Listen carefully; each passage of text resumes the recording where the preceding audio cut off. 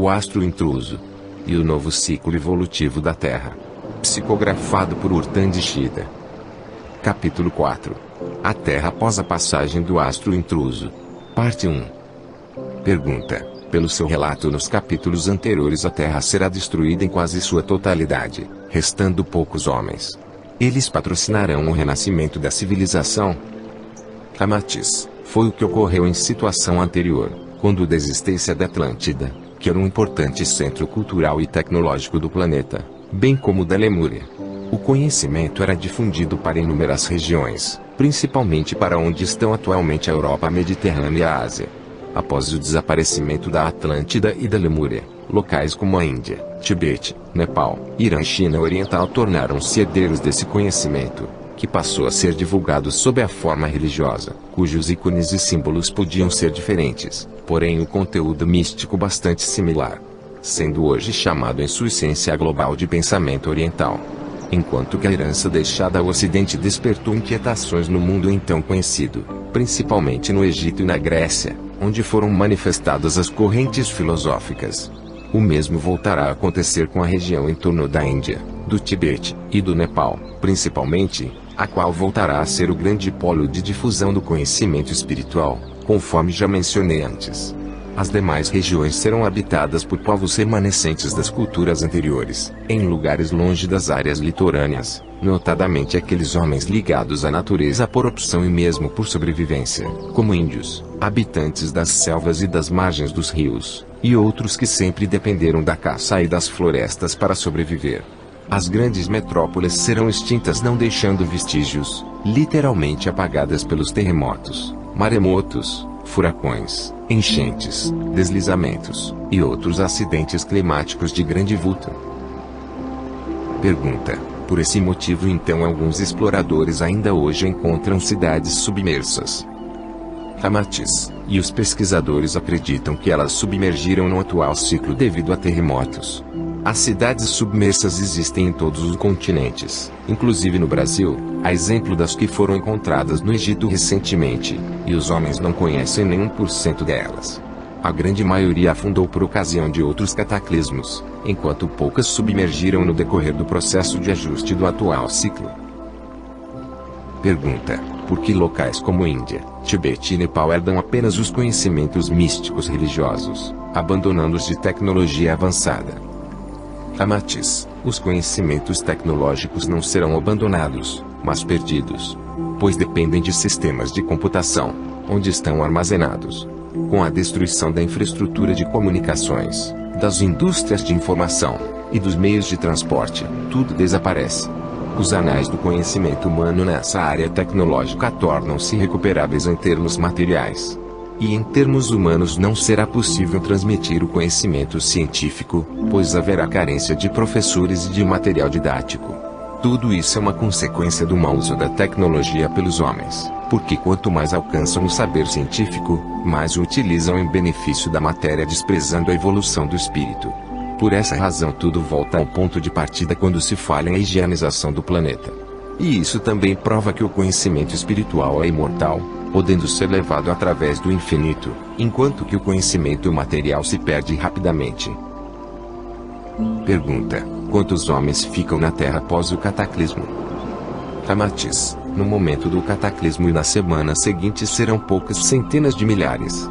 Porém, com a falta de medicamentos e de socorro, após um mês ficam aproximadamente 140 mil habitantes em todo o planeta, distribuídos por várias regiões e nos 3 maiores continentes que formam a nova Terra. Esta será a população mínima para o reinício da civilização. Na maioria índios e moradores dos campos longe ou não do mar.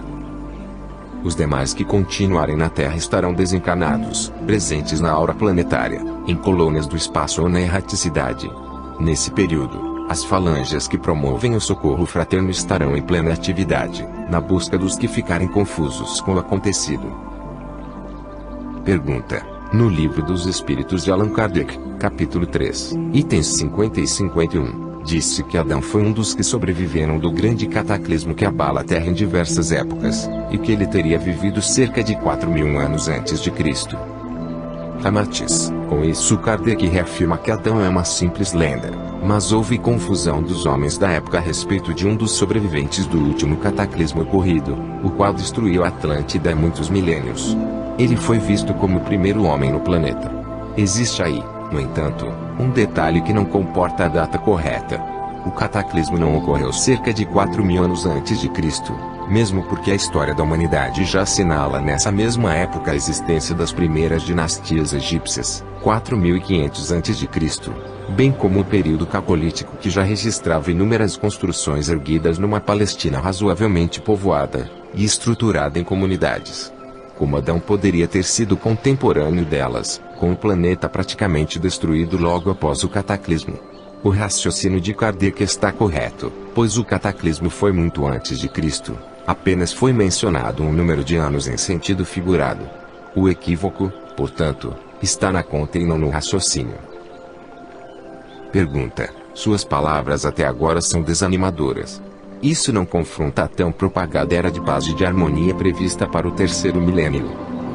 Amatiz: justamente por saber dos problemas anteriormente descritos, a exemplo do que já ocorreu nas fases posteriores aos cataclismos de outrora, a espiritualidade de luz aproveita o clima mais ameno do planeta, em termos etéreos, para aumentar as vibrações sobre o globo.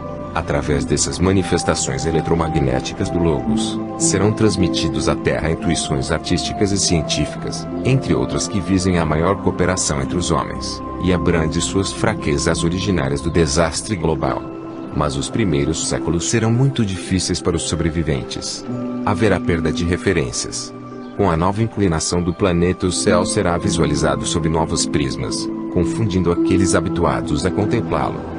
Os homens estarão na porta de verdadeiros labirintos, tomando decisões somente após tentativas que considerem erros e acertos. A humanidade terá de reaprender e recriar. Praticamente tudo deverá ser erguido ou renovado. O novo milênio será herdado inicialmente por homens de bem, porém ainda por demais imperfeitos, tanto que estavam encarnados na Terra, ou vagando ao seu redor na espiritualidade quando da passagem do astro intruso. Ainda não estão dotados da consciência cósmica. Esse fato planta duas grandes sementes no orbe. A primeira, a semente dos seres mais esclarecidos, voltados para a reconstrução pacífica, ensinando aos descendentes as premissas religiosas que deverão sustentar as bases morais do terceiro milênio.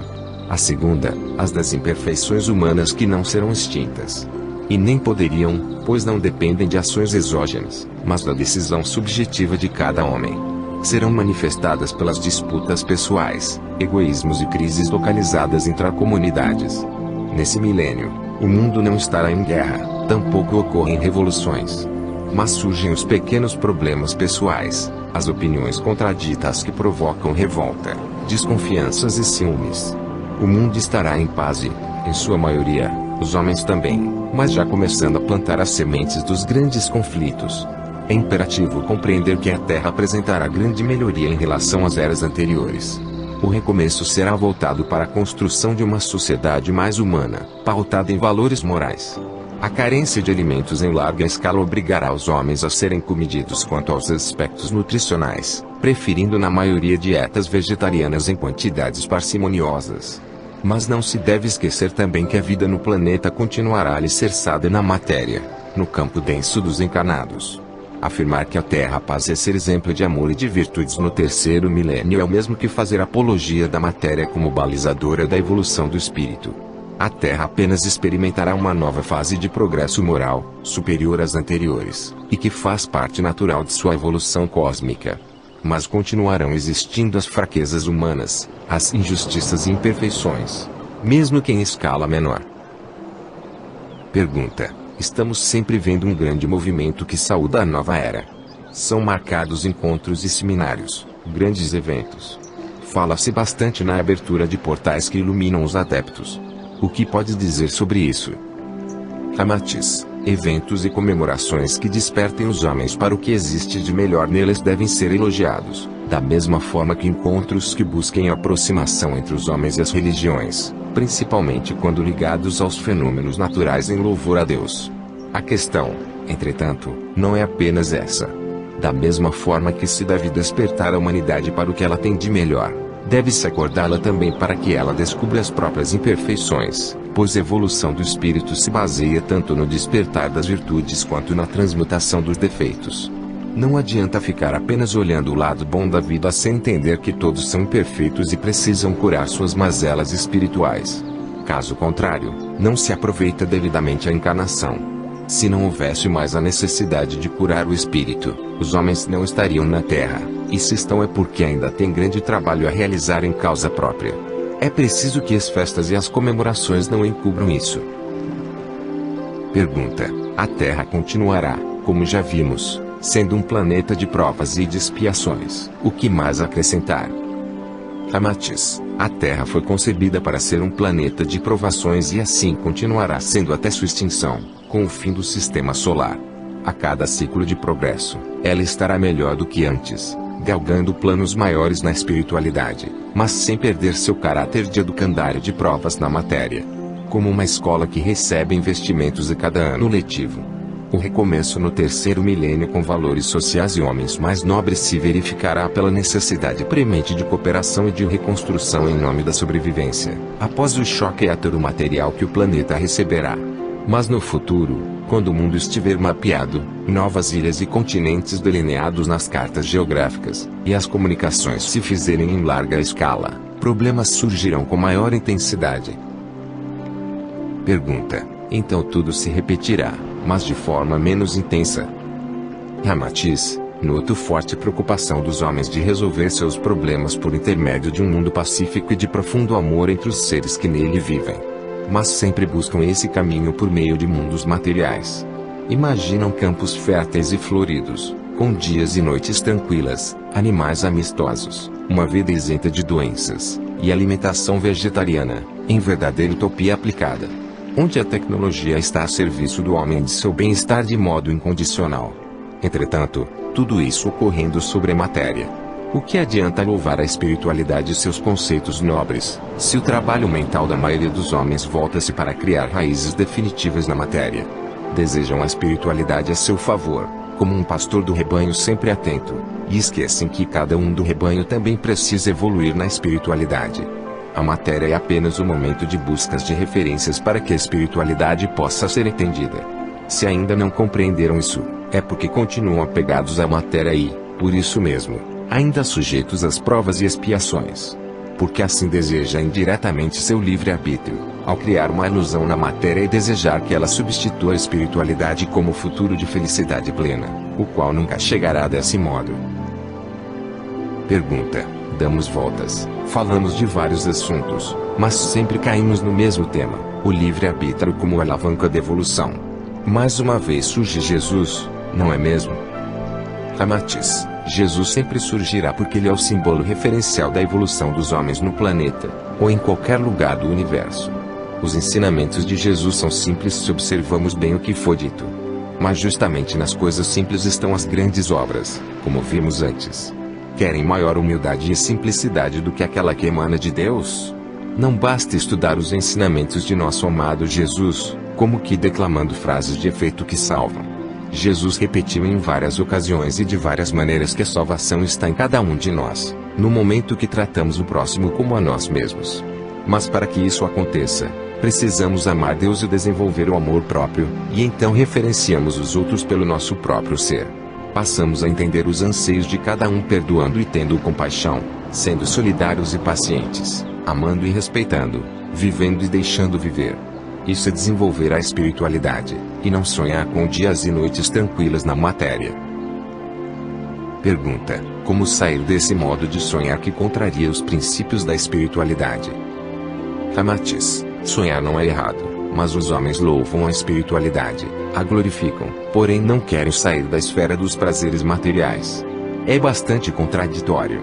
Desejam que a espiritualidade os proteja, mas também querem continuar com seus vícios, vontades desprezíveis e desequilíbrios, sempre vivendo na matéria e da matéria, para o fortalecimento de uma vida material. Tudo circula em torno da imagem material. Se a espiritualidade concordasse em proteger esse estado de coisas, estaria jogando o mundo no caos. A maior proteção que se dá aos homens é a educação sadia, São as emanações eletromagnéticas que fazem cada um pensar sobre as próprias deficiências e meditar para encontrar o caminho de evolução. Não esperem que a espiritualidade construa para os homens mundos materiais e os proteja do alto para que desenvolvam suas imperfeições de modo contínuo. Vejam o exemplo das encarnações e das provações. Se não fossem elas, os homens nunca corrigiriam seus erros. Entretanto, voltam-se contra elas e acusam Deus de insensível e de insensato por proporcionar tais sofrimentos. Poucos perceberam que as provações são ecos do que os próprios homens fazem. São os resultados de seus próprios atos. E quanto menos entenderem sobre elas, mais precisarão encarnar e passar por novos sofrimentos. A expressão máxima da verdade é que os homens falham. Essas falhas lhes retornam pela lei das causas e das consequências, pois Deus assim permite, e depois se revoltam contra o que eles mesmos fizeram, mas jogam a culpa em outros senão em Deus. Enquanto não entenderem suas responsabilidades com a evolução, continuam em mundos materiais, sofrendo provações causadas por eles mesmos, enfrentando cataclismos e sonhando com ilusões que se perdem na eternidade. Pergunta: sua resposta menciona a educação. Pode dar maiores detalhes? Ramatiz: a evolução espiritual depende pura e exclusivamente da capacidade de cada um, encarnado ou não, de promovê-la. Ninguém tem o direito de obrigar outro a ser evoluído, porque esta é uma tarefa que deve partir do íntimo, e não da vontade de terceiros. Nem Deus interfere nas decisões de seus filhos para não lhes transgredir o livre-arbítrio. O que pode ser feito é cada um patrocinar a educação, pois ao aprender o espírito pensa, e ao pensar começa a identificar onde erra e onde pode acertar. As provações são ensinamentos dolorosos, mas existem também os ensinamentos sutis que são difundidos a partir das manifestações que partem do Logos, amparados pelas hierarquias e falanges espirituais de luz. A vida é plena de princípios elevados ao redor de cada um de vocês, pois Deus está vibrando em cada átomo do universo, amando e ensinando. O principal, no entanto, é o desejo de cada homem de estudar, de tomar a iniciativa de se compreender, de amar Deus e de entender os ensinamentos que dele partem.